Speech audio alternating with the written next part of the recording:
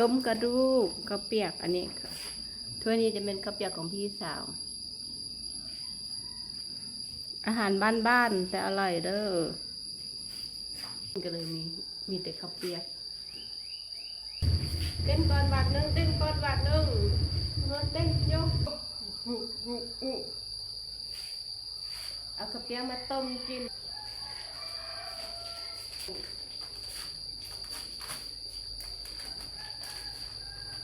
ก็จะประมาณนี้นะแต่ก็ประมาณนี้เขาจะไปใส่ตีนเด้อ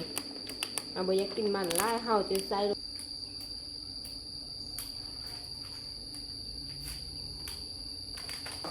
นี่ว่าใส่เส้นเลยใส่เส้นกันกระจายมันก็ได้เติบหลายเด้อ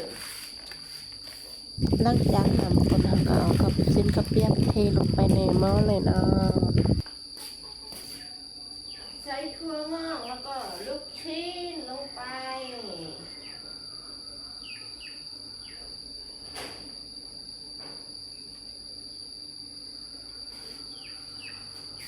ด้วยผักบ้ง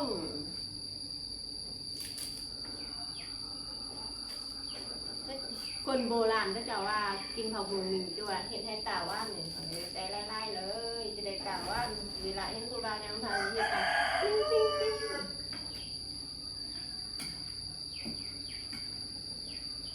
โอ้ลืมใจสีนหกตัว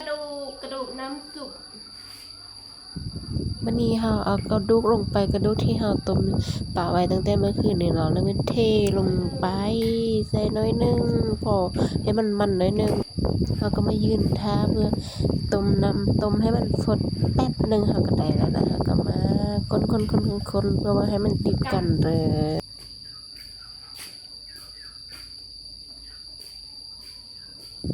เราก็ไปเก็บกระตาเอาพริกไทยใส่เพื่อให้มันหอมมีหอมเจียวแล้วก็มะเขือเครื่องปรุงมะนาวมะทั่วใบผักสลัดอยากกินจำกะปิเองแซ่บแม่ขนมให้แล้ว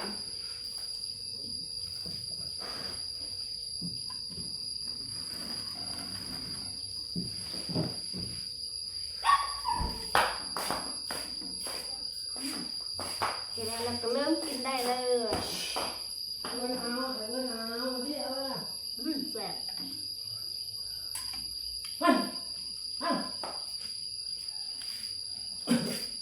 มันจะแบบนี้มันคือจำกับปีกินไปกินมาเขาก็เปลี่ยนท่านั่งแล้วเนาะจากที่นั่งตั้งมานั่งพื้นเลยเนาะเพราะว่ามันว่าเขาก็ยากเริ่มสตาร์ทกินเลยจับลูกชิ้นแล้วก็กินเข้าปากแล้วก็ยำเอาผักกับผักสลัดใส่ลายแสบลายวันนี้เอาผักสลัดจำกะปิแล้วก็แล้วก็กินอร่อยมากๆ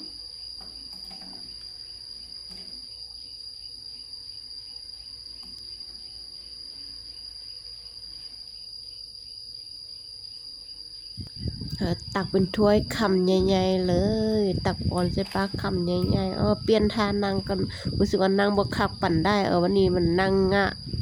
นั่งแบบนี้รู้สึกว่านั่งแล้วก็สบายเนาะแล้วก็กินได้หลายเนาะกินแซ่บกว่าที่นั่งสุภาพเด้อพี่น้องทุกคนบ่ต้องว่ากันยังบ่ต้องว่ากันเด้อมากินเส้นข้าวเปียกใส่ยาจะบ่กินเลยแม่เส้นจะแป๊ะเส้นจะพอมคือเส้นเดียวกินเส้นกระเปียกเยอะเสียเนี่ยเบื่อไล่แล้วจนเกินตังเส้นกระเปียกมาจะเลี้ยง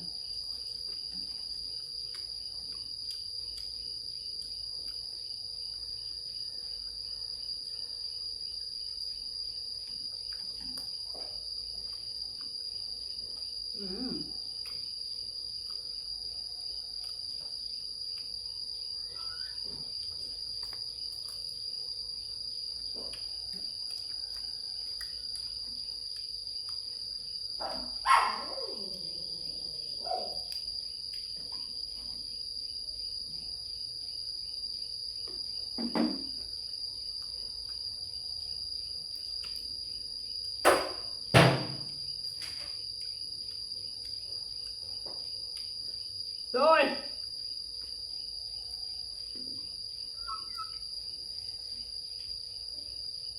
ไปก็ไล่แหละเอาไป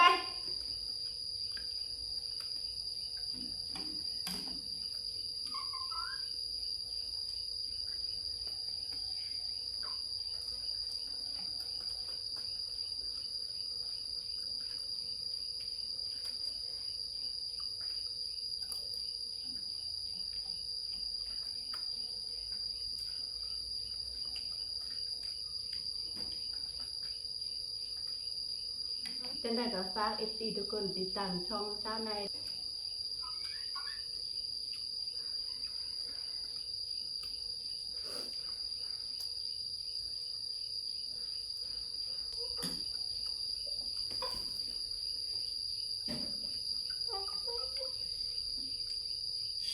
ทิ้งลูกจีนบานเขา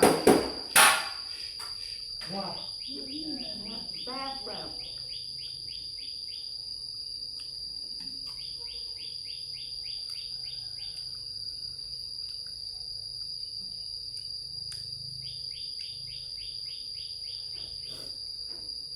กระดูกคำใหญ่ๆกระดูก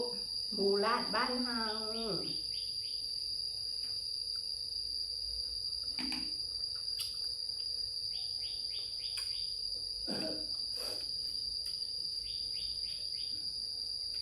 ้ย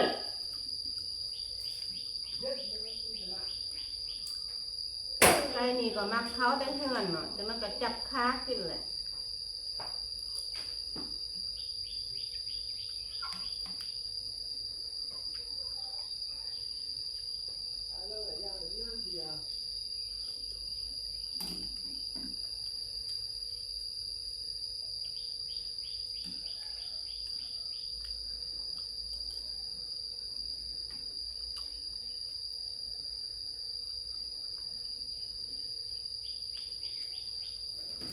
นี่กินข้าวเช้ากินข้าวเช้าน้ำกัน